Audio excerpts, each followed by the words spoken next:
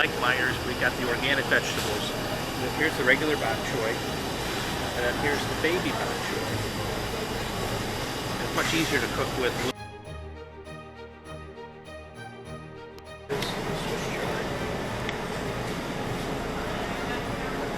That's really nice and fresh. We'll put these in plastic bags in a minute.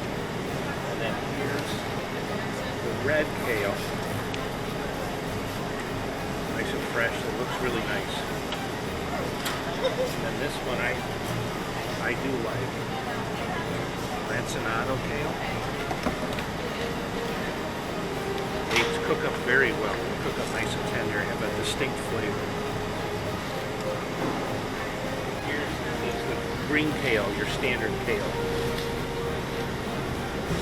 We'll put that in the oven and actually bake it. And then over here, now this is green Swiss chard. It's all green compared to the pink stem. Just to show you that they are different. Hi everyone, I'm Dr. McGuckin, and today I want to show you how to cook the dark green leaf vegetables. They're high in magnesium.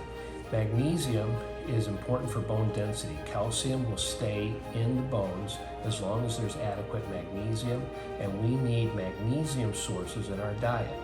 These vegetables, these dark green leafy vegetables, are also, for the most part, alkaline forming. The cell needs to stay in a slightly alkaline pH in order to have optimal cell energy production. We need to make new bone cells, and that requires a lot of cell energy, and by maintaining it's a hydrogen balance is what it is, but by maintaining that pH, we can increase and maintain a high energy for our whole body. It gives us energy. They're energy forming foods, and they're high in magnesium. So the first one we're going to use is Swiss chard. It's not very alkaline, but it is very good with magnesium. So we rinse off the leaves, and then we're going to trim. We're just trimming off the ends of the stems. We want the stems, but we want to get rid of the beat up parts. And don't be afraid to cut off as much as you feel you need to. We've got plenty here.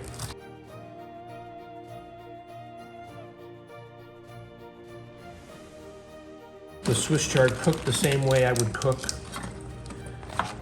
spinach. But the stems are tough. And what I want to do with this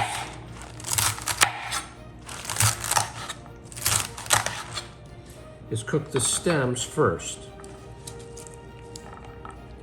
Now these I will boil put in the hot water for about 5 minutes before I put the leaves in.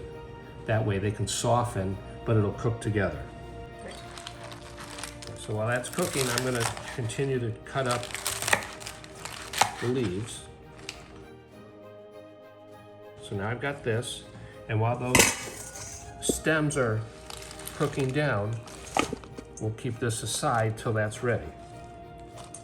All right, our Swiss chard stems have been boiling for 5 minutes, and now we're going to put the leaves in. This will only just take a couple minutes.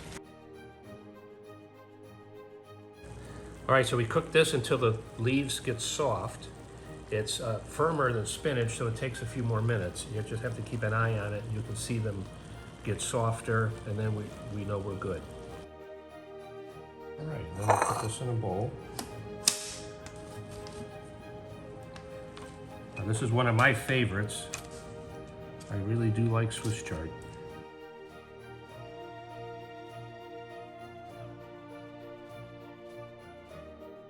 This is red kale. Very nice. We're going to cook this just a little different. I'm going to cut off our ends just a little bit. We're going to keep the stems. Just want to get rid of the bad parts. The parts that would be from the grocery store. I want to have nice fresh ends.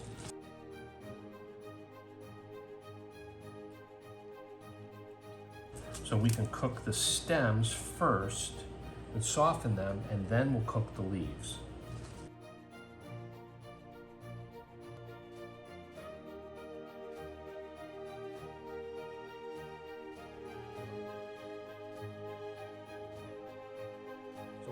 we need some flavor for this. We're going to use olive oil. We'll use some balsamic vinegar, but I want to give a little more flavor to the kale. And just 2 cloves of garlic.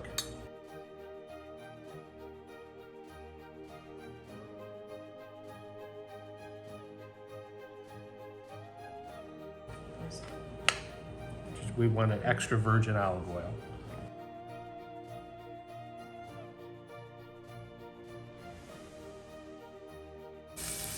Okay, so the stems have been cooking with the garlic and olive oil and some salt for about 3 minutes. And now we're going to put in some balsamic vinegar.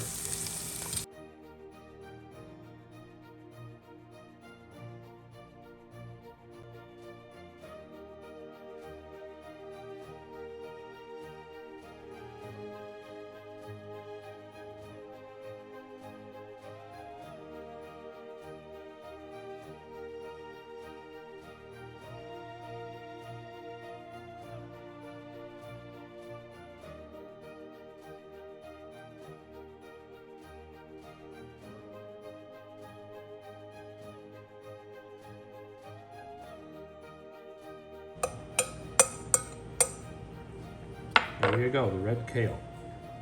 So this is green kale. This is what we're used to more often in the grocery store. It's got the firm, curly leaves. It's completely different than the red kale. And this one here is firmer, and we can have a little more fun with it with cooking. What we're going to do is rinse this. And then what we're going to do with this is pull off the big stems.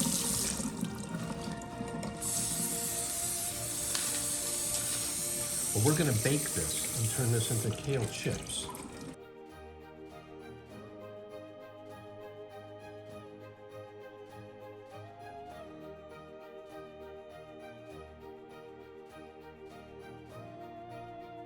All right.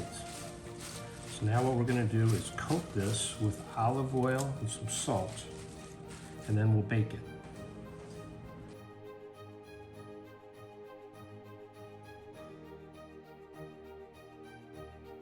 Check on the kale we had in the oven that we baked. I had a little more water on it than I thought, so it took longer than 10 minutes. It took about 20 minutes to cook. But what you're looking for is that it stiffens up. You'll see that it's quite brittle, and we could keep it, but that's how I like it. So we'll let that cool down. But there's our kale chips, and these are real nice to eat while you're waiting for the dinner to cook. Instead of eating corn chips or something, now you've got something that's actually good for you and tastes really good. Now we put salt on them when we cooked them, so you taste them and see if it needs a little extra. But that's a nice treat. Here's another idea. Nutritional yeast gives a cheese flavor. So you can add this to your kale chips. It gives it a bit of a cheesy taste. That's another thought for you. So our next kale is the lanceolato. Now this has a very nice flavor, and I don't want the garlic to overpower the flavor of this kale. So what I want to do is, once it's done cooking, then use some red onion to give it a nice taste, and it's be different than the red leaf kale.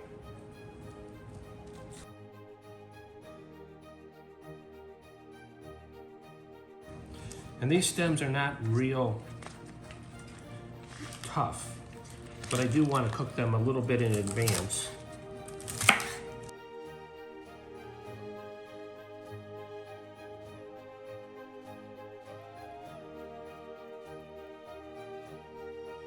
Got my red onion, and I'm not going to need all of it for this, so I'm going to cut it in half.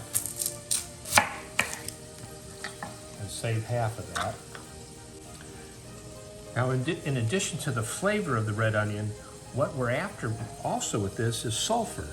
Sulfur mixes with an amino acid, methionine, in the liver, and it helps the body make glutathione for liver detoxification and whole body detoxification. So we can make metallothioneine for the intestines to bind up any heavy metals that come in with our food, like the fish, like tuna or swordfish, but also it helps the liver for detoxification pathways. So the garlic, onions, broccoli, ginger, eggs, all of these are high in sulfur. So getting extra sulfur in any chance we get is good for us.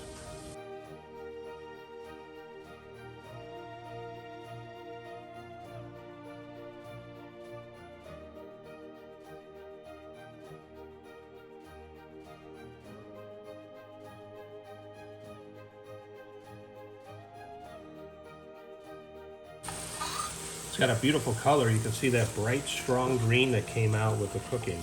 Just beautiful. Now as it gets down to the end of cooking,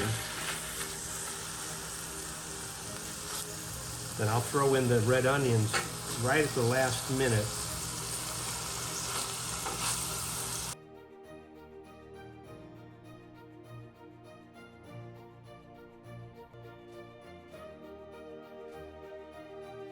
Now we're going to do bok choy, and you can cook these vegetables any way that you would like to. I'm just sharing what I like. So we've got our garlic. I use a little more with this. Got 4 cloves.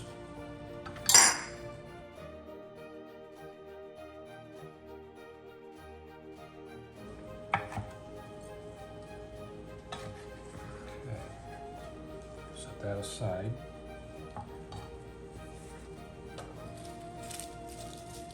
And now we're going to clean our bok choy. These are small ones, more tender.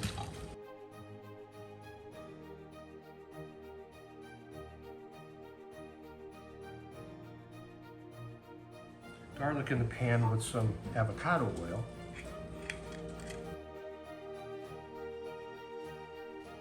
So I've got my garlic in the pan.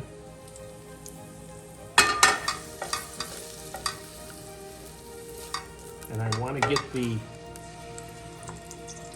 garlic flavor to get into the oil.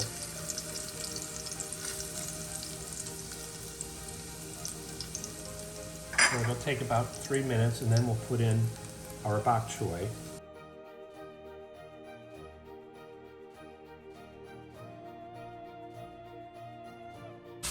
And then we'll add in coconut liquid aminos to give it flavor.